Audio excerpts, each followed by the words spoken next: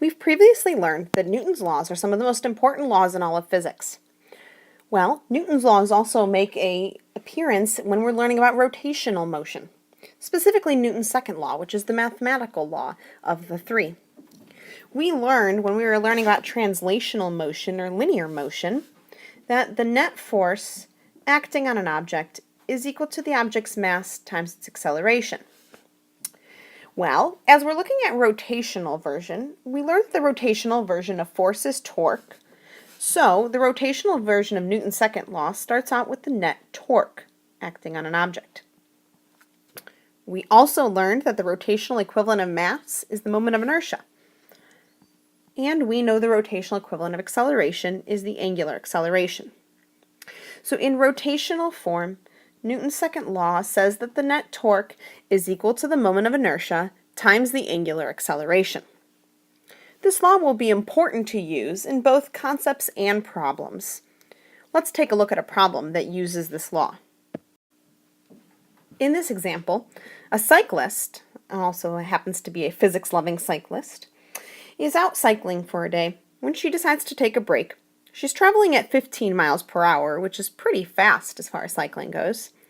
And she decides to just kind of coast for a while. In other words, she's not pedaling anymore, just letting her bike take her. After 22 seconds, she's traveling at 9.5 miles per hour. The mass of the bicycle and the diameter of the bicycle wheels are given to us. We're asked to find three things. What is the magnitude of the angular acceleration of one of the bicycle wheels? What is the magnitude of torque that causes this acceleration? And what force of friction causes this torque? Parts A and C are review. We've learned how to do those already. Pause the video right now and try and calculate the magnitude of the angular acceleration.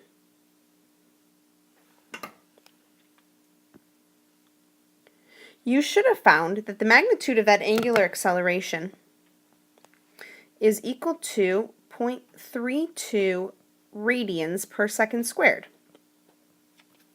If you didn't find this value, let's talk about how you get that value. Now there's two ways to find this.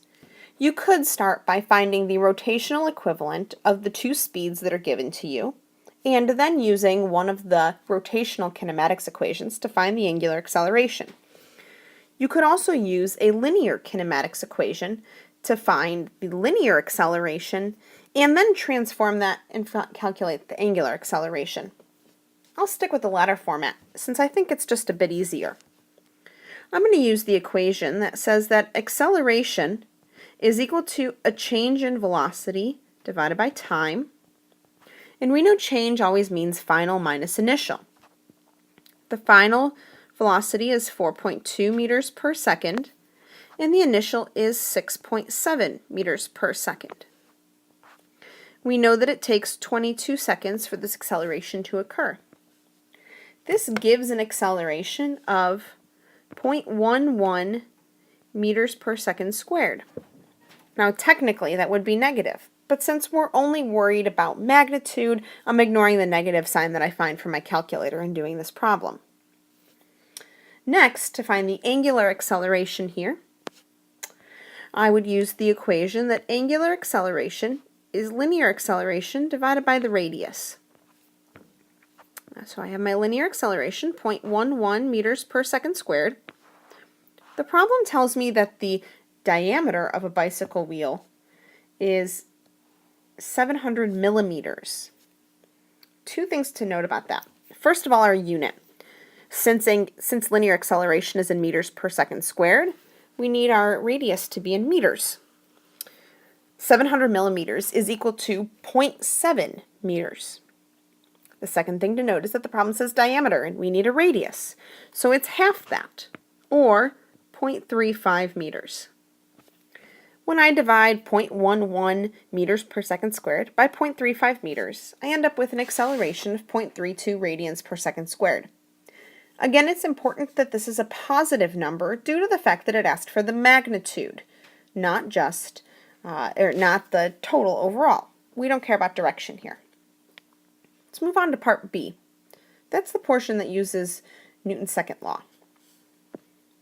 Part B says, what is the magnitude of this torque that would cause this?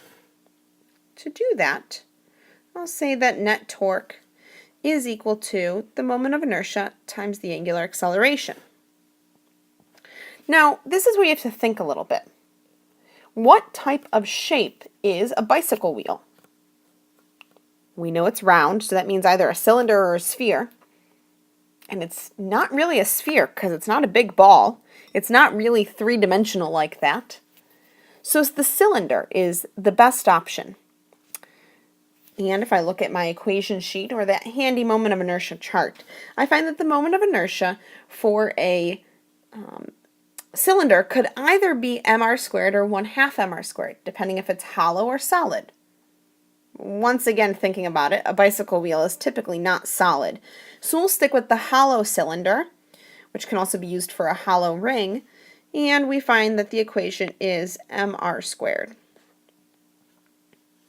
Given the mass of the bicycle wheel,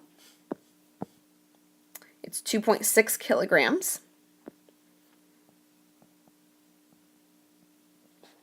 We're told the radius, once again, 0.35 meters. Don't forget to square that value.